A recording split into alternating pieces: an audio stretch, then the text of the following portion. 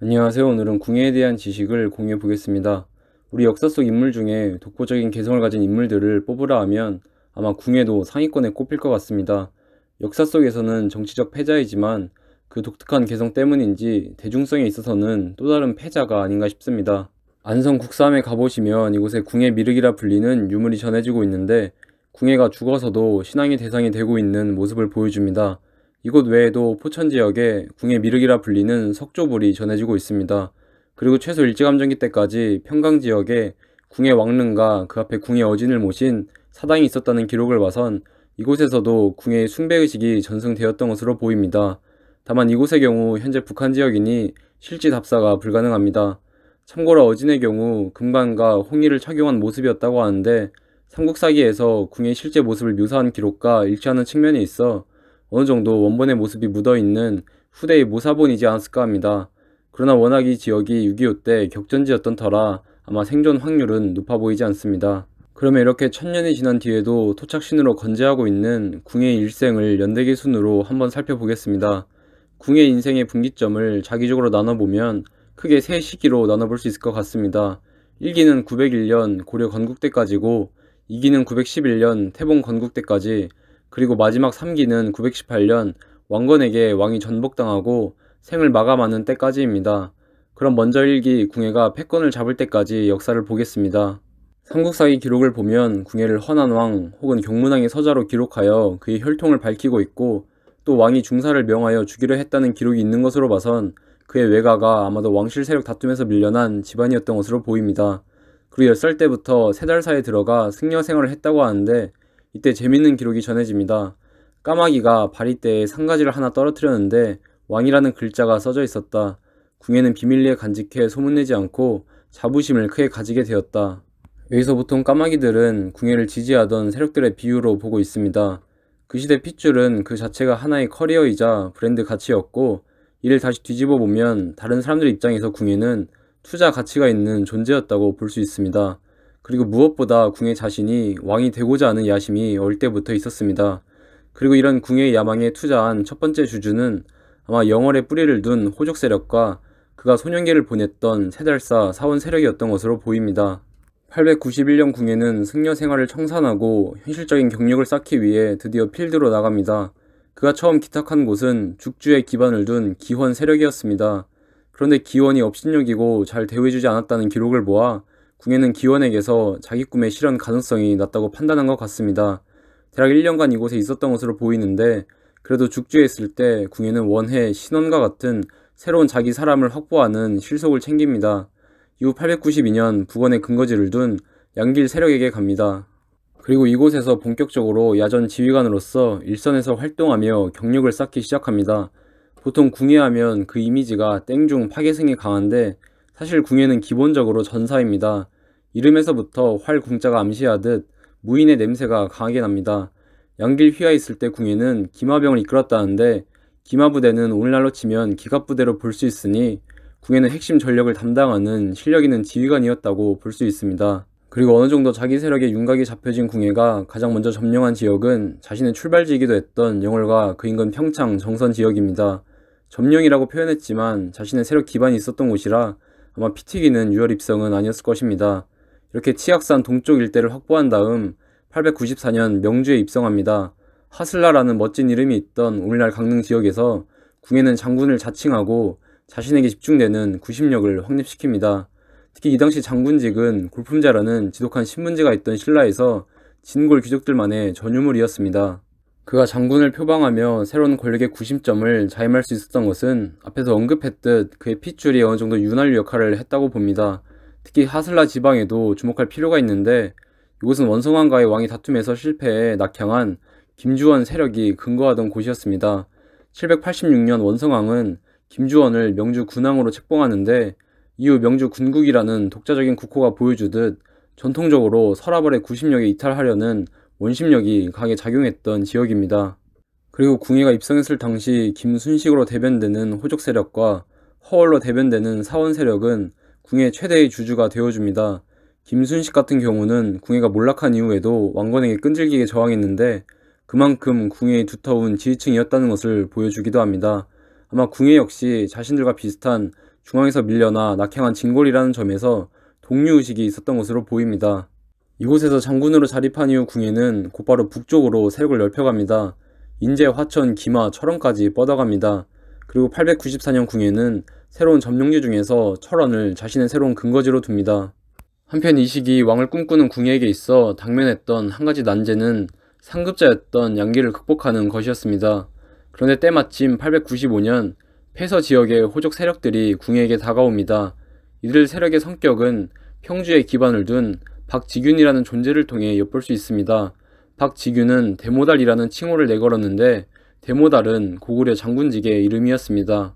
즉 패서의 세력들은 쇠락의 길로 신라가 들어섬과 동시에 문무왕 일에 억눌려왔던 고구려의 사람들이 다시 꿈틀대기 시작하고 있던 겁니다. 다시 말하면 대모달의 재림은 고구려의 부활 움직임이라고도 볼 수 있습니다. 한편으로 패서지역 호족들이 궁예에 귀의한 것은 그만큼 이 시기 궁예의 실력이 대적하고 싶지 않을 정도의 존재로까지 성장했다는 것을 보여주기도 합니다. 이런 역사의 흐름 속에서 송악에 기반을 둔 왕건 집안도 896년 궁예의 세력권으로 들어옵니다.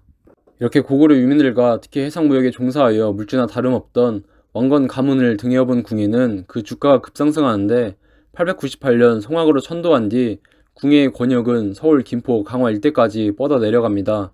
이제는 패서라는 새로운 지지층을 확보했기 때문에 궁예에게 있어 양길은 더 이상 회피의 대상이 아니었고 이제는 궁예가 절대 우위를 확보하게 됩니다. 그리고 바로 양길 세력을 격파하여 그의 권역이었던 원주, 충주 일대를 흡수합니다. 이후 왕건의 탁월한 무공 덕분에 한층 더 상승세에 오른 궁예 세력은 청주, 괴산, 아산으로까지 팽창해 갑니다. 그리고 그의 인생 1기의 활용 정점인 901년 고려를 건국하고 왕으로 즉위합니다. 여기서 고구려의 재림이 눈에 띄는데 패서지역 고구려계 사람들의 이해관계가 상당히 반영된 결과라고 봅니다. 고려를 건국할 즈음의 궁예는 옛날에 신라가 당에 청병하여 고구려를 파였기 때문에 평양 옛 서울이 황폐하여 풀만 무성하니 내가 반드시 그 원수를 갚으리라라고 새로운 국가의 포부를 밝히고 흥주 부석사에 가서 신라왕의 어진을 칼로 내리치는 퍼포먼스를 선보이기도 합니다. 궁예의 신라 무너뜨리기라는 신념을 견지하면서도 고구려계 유민들의 민심 확보 측면에서 고구려를 다시 끄집어낸 결과 901년 고려라는 나라 이름이 대조영 이래 또 한 번 세상에 나오게 됩니다. 개인적으로 활 궁자에 후에 예자를 쓰는 궁예라는 이름도 예사롭지 않은데 부야말로 활 잘 쏘는 사람을 의미한다는 주문과 오버랩되는 측면이 있습니다.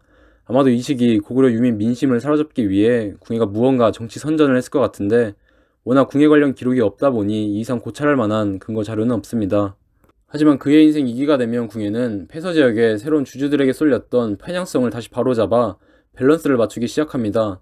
강릉, 청주 등에 기반한 진골귀족 지지층들 입장에서 보면 국호 고려는 호소력이 약할 뿐더러 너무 한쪽으로 쏠려 있었습니다.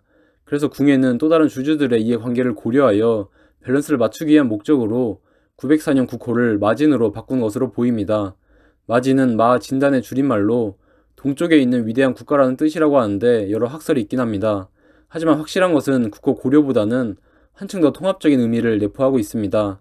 특히 마진을 천명하기 1년 전인 903년 궁예 정권은 해군력으로 나주를 장악하는 등 견훤이 세운 백제 땅 쟁탈전을 벌이고 있었습니다. 궁예 입장에서는 새롭게 편성한 백제계 역시 모두 통합시키기 위해서는 편파적인 고구려라는 호칭보다는 마진이라는 국호가 구심력을 발휘할 수 있는 정치 선전의 효과가 더 클 것이라고 판단한 것으로 보입니다. 또한 904년 국호 변경과 더불어 국가 제도를 정립하는데 흔히 광평성 체제로 불리는 것이 그것입니다. 그래서 광평성의 이름을 곱씹어보면 이름에서부터 공론의 장을 중요시하고 있다는 것을 암시합니다. 당시 궁예가 왕으로 자리잡고 있긴 하지만 실질적으로 보면 여러 지방 호족 세력들과의 수평적인 제휴 관계에 더 가까웠기 때문에 개인적으로 이 시기 고려 마진이라는 국가 공동체는 나라 이름이 존재하고 있긴 하지만 중심이 여러 개인 자생적 질서로 형성된 것에 더 가깝지 않나 싶습니다. 다시 말하면 공통적으로 공유하는 규칙들 외에는 전부 재량에 의해 움직이는 그런 분권적인 사회 질서였다고 봅니다. 그래서 궁예는 이런 사회 구조를 점차적으로 자신을 정점으로 한 수직적 위계 질서로 탈바꿈시키기 위해 관제 개편을 시도합니다. 그 역사를 보여주는 것이 내봉성이라는 정부 기관의 위상이 변화된 모습입니다. 본래 내봉성은 초창기 광평성 체제 밑에서 서열의 구순위에 있던 하급 기관이었는데 점차적으로 격상되어 인사권 및 감찰 기능까지 수행하는 제2의 상급 기관으로 올라갑니다. 이렇게 위계가 점차적으로 확립되어가는 시기가 그 인생 3기의 시작점인 911년 태봉으로 나라 이름을 바꿀 때부터입니다. 또 한편으로 이 시기가 바로 궁예의 개성이 폭발하는 시기이기도 합니다. 궁예는 새로운 국가 이데올로기로 미륵신앙을 내세우는데 미륵불의 권위를 활용하여 본인의 권력 기반 확립과 사회 통합을 도모합니다. 여기서 미륵신앙을 활용하게 된 계기는 아마 그의 과거 경험 때문이었던 것으로 보입니다. 궁예가 초기에 활동하던 명주나 철원 일대는 과거 진표율사 덕분에 미륵신앙이 성행하고 있었는데 그때부터 궁예는 아마 미륵신앙이 갖고 있는 결집력 혹은 구심력을 눈여겨보았을 것으로 보입니다. 여기서 미륵신앙에 대해 잠깐 설명하면 전륜성왕의 치세 때 미륵불이 내려와 혼란한 사회를 평정하고 지상 낙원인 용화세계로 만든다는 메시아 신앙입니다.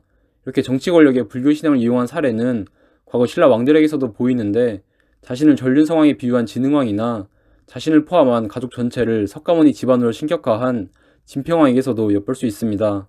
궁예 역시 이들처럼 불교 신앙을 정치 권력에 결부시킵니다.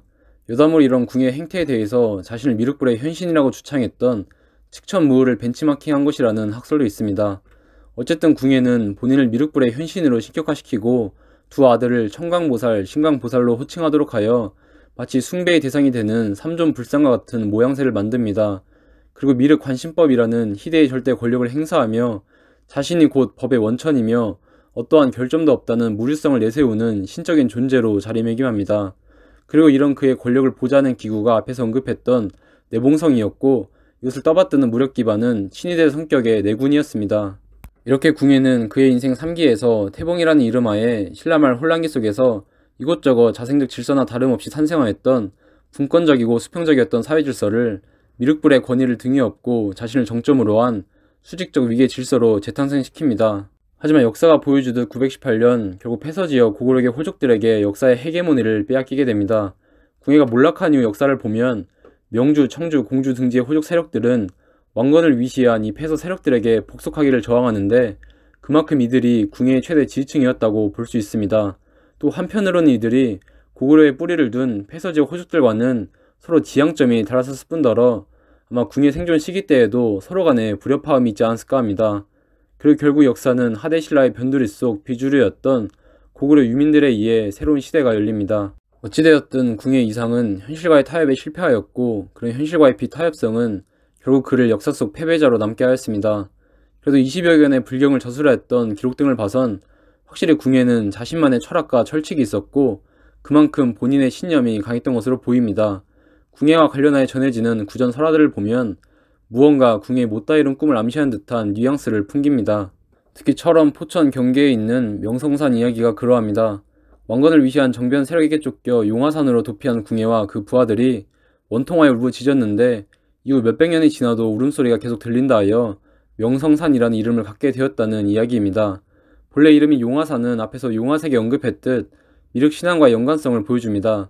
즉 용화산이 명성산이 된 것은 그의 이상세계가 무너진 역사를 지명의 변화를 통해서도 볼 수 있습니다. 한탄강 역시 궁예의 최후와 관련하여 생긴 이름이라는 이야기가 전해집니다. 궁예의 죽음에 대해서도 그의 비범함을 보여주는 이야기들이 전해집니다. 벼랑에서 떨어져 선체로 영면하였는데 꿈쩍도 안 하여 그대로 관을 만들고 돌을 쌓아 무덤으로 만들어줬다는 이야기나 왕건 군사들과 최후 항전을 벌였을 때 화살을 수백 발을 맞았는데도 끄떡도 없었다는 이야기는 죽기에는 너무 이르다는 궁예의 미련을 보여줍니다. 특히 이런 민간에 전승되는 구전들은 승자가 되지 못하였던 궁예를 고려하면 문자 기록이 갖는 하자를 메워주기 때문에 세계들을 가치가 높습니다. 또한 삼국사의 기록을 보면 김부식이 견훤과 더불어 궁예를 평하면서 다만 태조를 위하여 백성을 몰아다 준 셈이 되고 말았다라는 말을 씁니다. 속된 말로 죽서서 개줬다는 의미로 들립니다. 실제로 왕건의 고려는 상당 부분 궁예가 설계한 국가 시스템을 그대로 계수합니다. 고구려의 대표적인 문화로 여겨지는 팔관의 역시 연원 자체는 진흥학대로 소급되기는 않아 고려사를 보면 전주가 매년 중동에 팔관제를 크게 열어 복을 빌었으니 빌건대 그 제도를 따르십시오라는 기록이 나오는데 고려가 궁예 유산을 계승하고 있는 모습을 알 수 있습니다. 끝으로 궁예 사후 1000년이 지났는데도 그 이름으로 불려지는 궁예 미륵들에 관해 이야기해 보면 일단 이 미륵불들은 궁예 치세 때 제작된 것들이 아닙니다. 그 도상의 특성을 봐선 아마도 고려 후기에 조성된 것으로 보입니다. 사실 이 불상들이 제작 당시부터 궁예 미륵이라 불려졌는지는 알 수 없습니다. 하지만 이 어느 시점부터 궁예 미륵이라 불러졌고 궁예는 그 시점의 후대인들에게 있어 고달픈 현실을 타파하고 더 나은 내일을 가져다줄 구세주라는 하나의 상징으로서 그 이미지가 형성된 것 같습니다. 안성, 포천, 평강, 철원 지역에서 특히 이런 궁예 숭배 의식이 이어져 왔습니다. 멀리는 함경도 지역에도 궁예와 관련된 민요가 전해졌다는 기록을 본 적이 있습니다. 여담으로 우리나라 지명 중에 용담이나 용화라는 명칭이 쓰인 곳들을 볼 수 있는데 모두 미륵신앙이 성행했던 곳입니다. 그런데 미륵신앙이 성행한 역사는 꼭 좋게 볼 수만은 없습니다. 그만큼 그 지역 사람들의 삶이 많이 고달팠다는 의미이기도 합니다. 영상의 마지막 내용으로 궁예 관련 역사에 관하여 한 가지 흥미로운 기록을 소개하고자 합니다. 1741년 간행된 수남집이라는 문집을 보면 철원의 보계산 안양사 앞에 큰 돌로 덮어놓은 잎석이 있는데 전하는 이야기에 따르면 궁예 국사가 들어있다고 합니다 라는 내용이 나옵니다. 이 이야기의 진위 여부는 알 수 없고 현재 안양사는 또 민간인 통제 구역이라 가볼 수도 없습니다. 이것과 더불어 영상 주제는 아니지만 같은 책에 또 이인역에 속한 용전역에 체감이라고 불리는 곳이 있는데 옛날부터 전해온 이야기에 그곳에 백제의 국사가 소장되어 있다고 하는 기록도 나옵니다. 이건 역시 18세기 그 당시에도 카더라 통신이기 때문에 사실관계는 알 수 없습니다. 다만 만약에 이 기록물들이 존재한다면 백제나 궁예 같은 역사의 패자들이 그들의 손으로 직접 쓴 역사 기록물이라는 점에서 아마 역사 서술이 한번 크게 바뀔 것이라 봅니다. 개인적으로 어디서 이런 류의 목간이나 왕창 나왔으면 좋겠습니다. 다음에도 새로운 지식의 공유를 위해 더 좋은 콘텐츠로 찾아뵙겠습니다.